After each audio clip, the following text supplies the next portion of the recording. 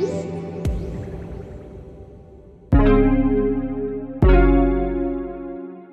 everyone, we're here at Google's booth at CES 2019, and the company just announced a bunch of new features for Google Assistant on your smartphone, so we're going to take a look.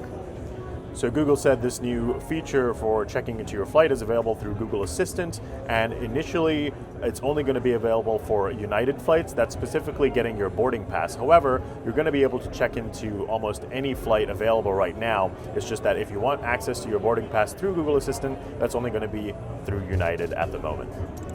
Google Assistant can now also book hotel rooms for you.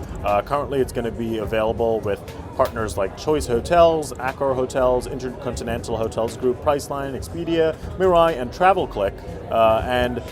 Basically all you have to do is open up Google Assistant and say, book me a room at the specific hotel, or find me a room in a particular city. Here's a quick demo. Book me a room at the MGM Grand.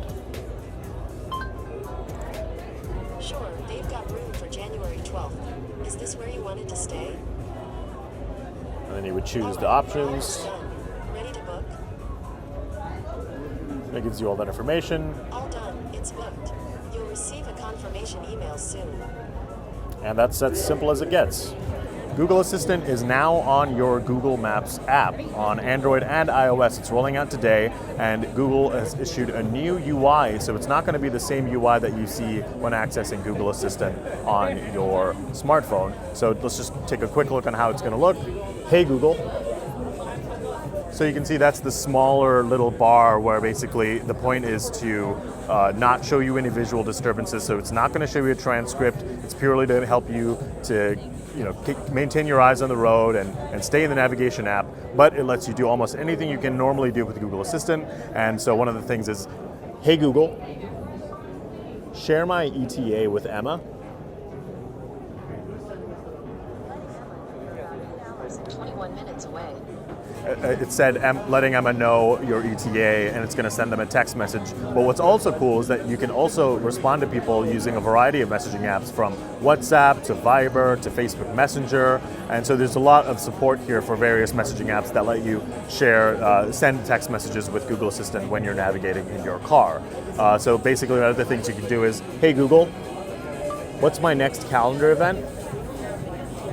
Next up, we have dinner with Emma today at 8:15 p.m. at Missouri, 3131 South Las Vegas Boulevard, Las Vegas, Nevada, 89109, USA. So basically it gave me the full calendar details on my next dinner later tonight, along with the address. And that's just another thing that Google Assistant can now do. Again, not showing you any of that visual context. It's just purely audio, and that's, again, to keep eyes safe on the road so that you don't get into any accidents. So that's Google Assistant in Google Maps. It's rolling out today on Android and iOS. On iOS, you will need to download the Google Assistant app for now to be able to access Google Assistant in the app. So that's what it looks like. So you've been able to access Google Assistant from your lock screen before as well, but now it's going to have broader compatibility. You're going to be able to ask it all sorts of questions, and it's using your voice to confirm that it's really you. This is going to start with Pixel phones, and then it's going to roll out to other Android phones later in the coming weeks.